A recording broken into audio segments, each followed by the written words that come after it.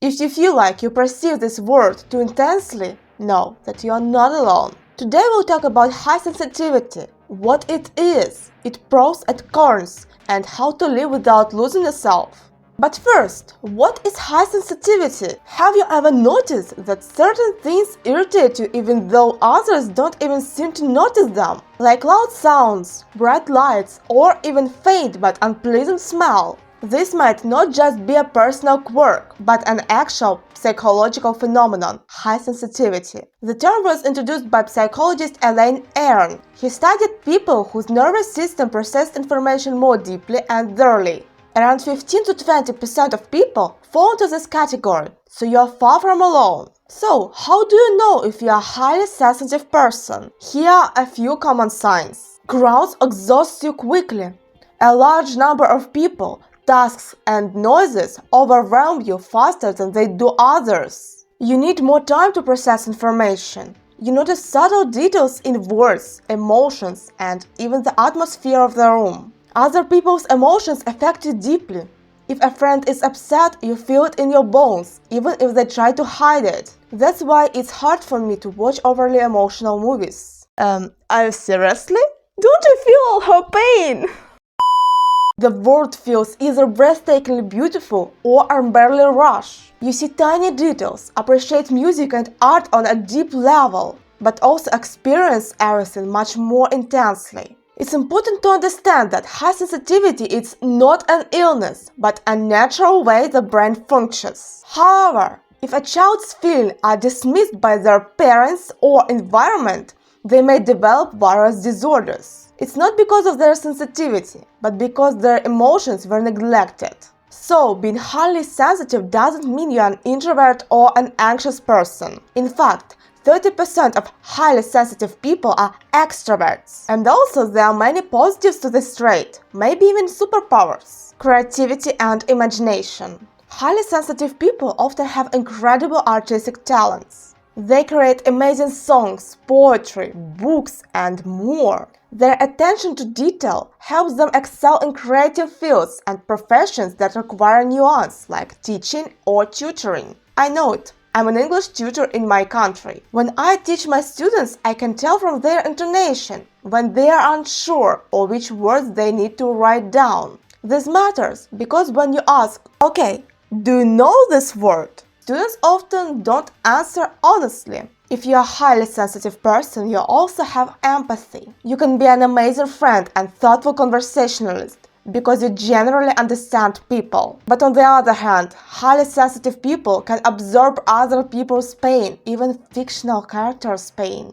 Highly sensitive people are also more likely to experience burnout. It's because their brains process more information. Highly sensitive people need more time to rest, even from things they love.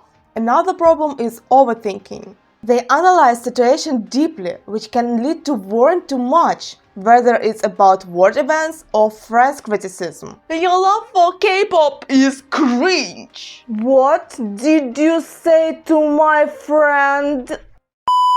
And unfortunately, I often get asked, why do you even care? This doesn't affect you. But explaining this to non-sensitive people is hard. My brain just works differently. I can deeply empathize with someone even if they are a completely stranger and spend the whole evening worrying about them. Come on, just let it go. Oh, since you said that, of course, I instantly stopped caring.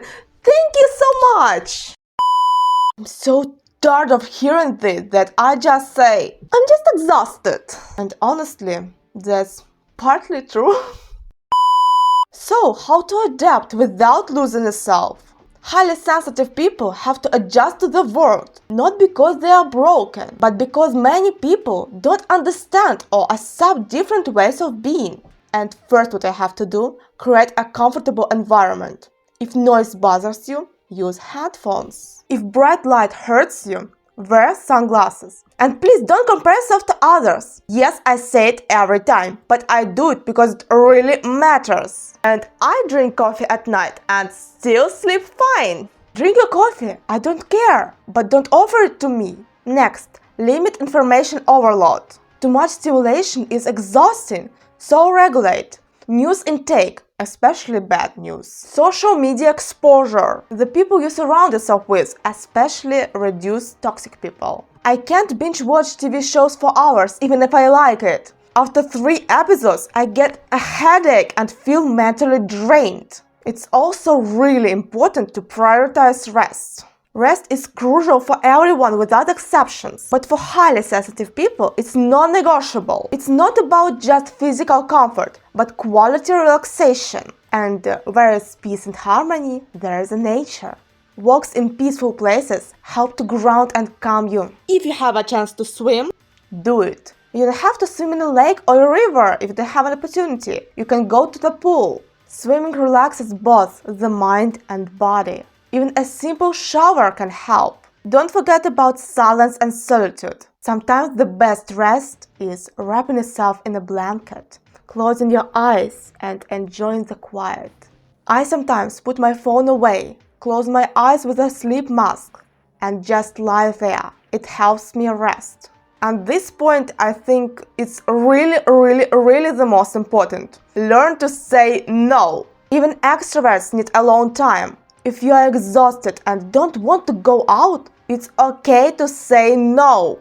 Saying no is an essential skill, and I actually have a video about it. I'll leave the link in the description. Use your sensitivity as a strength. Yes, you experience the world more deeply, but that means you can see beauty where others don't. Isn't that amazing?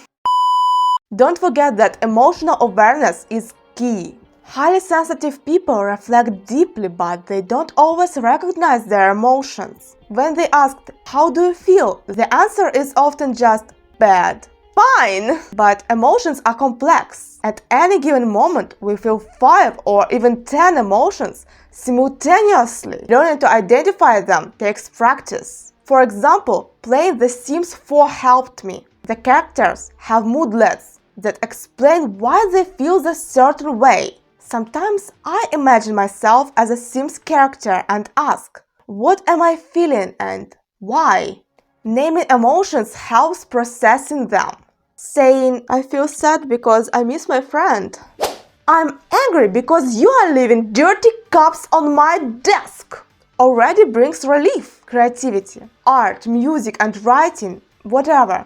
Transfer emotions from your mind to the real world, creating mental space. And remember, you are not weak, you are simply different. Unfortunately, society doesn't teach us how to handle high sensitivity. But if you learn to manage it, it becomes your superpower. So, what do you think? Is high sensitivity a gift or a curse? Share your thoughts in the comments below, and I'll see you in the next or previous video.